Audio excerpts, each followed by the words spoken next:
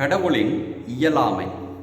Gabriel தூதர் அன்னை மரியாவை சந்தித்த பொழுது ஒரு அருமையான வார்த்தையை சொன்னார்.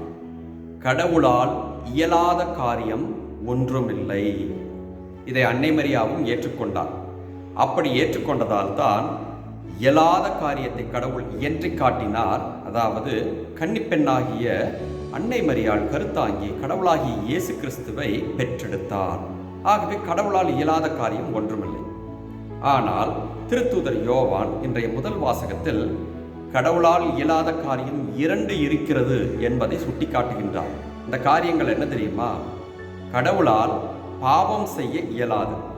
இரண்டாவது, கடவுளால் அன்பு செய்யாமல் இருக்க இயலாது. ஆக இந்த 2 காரியங்களும் கடவுளால் இயலாத காரியம். ஏன் தெரியுமா? கடவுளின் இயல்பே பரிசுத்தம், இரண்டாவது அன்பு. அன்பே கடவுள் என்பதை இயேசு பல முறை நமக்கு சுட்டி காட்டுகின்றார். ஆகவே கடவுளின் இயல்பே பரிசுத்தமாகவும் அன்பாகவும் இருப்பதால் தனது இயல்பை மீறி அவரால் நடக்க இயலாது. அதே சமயத்தில் மேலே குறிப்பிட்ட பாவமும் வெறுப்பும் யாருடைய இயல்புகள்? பிசாசின் இயல்புகள்.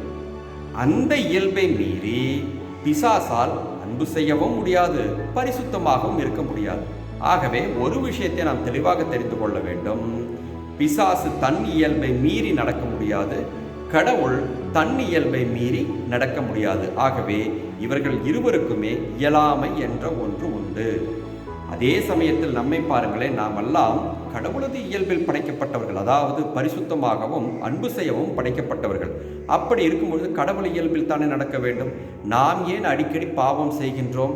நாம் ஏன் அடிக்கடி பிறரை வெறுக்கின்றோம் என்று கேட்டால், கடவுளின் சொந்த சாயலாக படைக்கப்பட்ட நாம் நமது இயல்பை மீறி பிசாசையும் ஏற்றுக்கொள்கின்ற காரணத்தால் தான் அவ்வாறு நடந்து கொள்கின்றோம். ஆனால் கடவுள் நம்மிடம் எதிர்பார்ப்பது, நீ எனது இயல்பிலேயே தொடர்ந்து இருக்க வேண்டும் என்பதைத்தான். இதை உணர்ந்து பார்த்து அடிக்கடி பாவ சங்கீர்த்தனம் செய்து நம்மிடம் இருக்கக்கூடிய பாவத்தையும் வெறுப்பையும் விலக்கிவிட்டு தொடர்ந்து பரிசுத்தராகவும் அன்போடவும் இருப்போம். அதுவே கடவுளின் இயல்பு. கடவுளின் இயலாமையிலும் நாம் பங்கெடுப்போம்.